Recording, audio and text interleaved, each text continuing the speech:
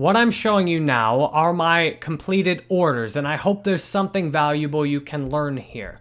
What you'll see when I scroll down here, you'll notice two different icons, a repeat buyer one and a Fiverr top buyer on the other. So if they don't have an icon, they're not a repeat buyer or a top Fiverr buyer.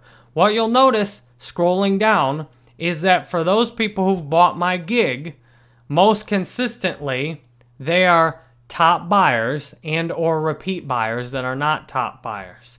So what you can see out of this is where the majority of sales are likely to come from. And I'm scrolling back here through several months of history. You can see repeat buyers and top buyers are about 2/3 of the gig orders. The top buyers are people that spend a lot of money and are good buyers on Fiverr. People just like me are the ones that have a high likelihood of buying your gig. And then the repeat buyers are the ones who've already bought your gig who don't appear to be a top buyer, so they're a repeat buyer here. That means what you want to do ultimately is target gigs at those top buyers. You want to make gigs that top buyers notice and will buy repeatedly. That's where the most money is possible because it fits into the 80-20 rule, where 80-20 explains the disparate relationship among all things like buyers, for example. So if you look at buyers on Fiverr, about 20% of buyers make around 80% of the total purchases. That means that a very limited group of buyers is the one that's paying out a majority of the sellers. And then the opposite holds true. 80% of the buyers are buying around 20% of the gigs.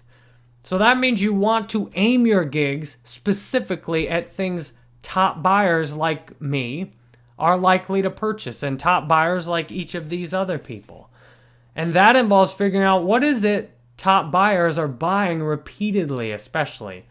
And what you can see, this gig is for tweeting something to Twitter followers.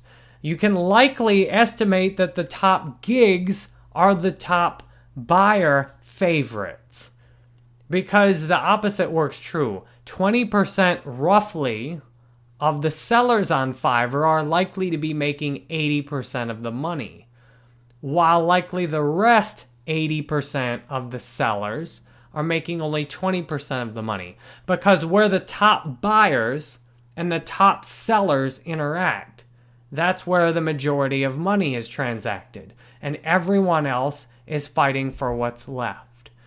If you can think and work on your gigs with the understanding you want to grab those top buyers, what do the top buyers need that I can provide?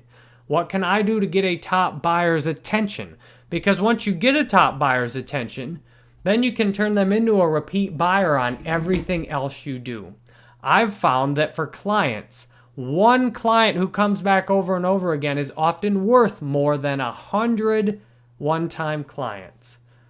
So I hope this is a helpful thing to think about from the very beginning of your journey on Fiverr. And you can see clear proof here in my account. Most of the purchases, at least 50%, are top buyers and repeat buyers.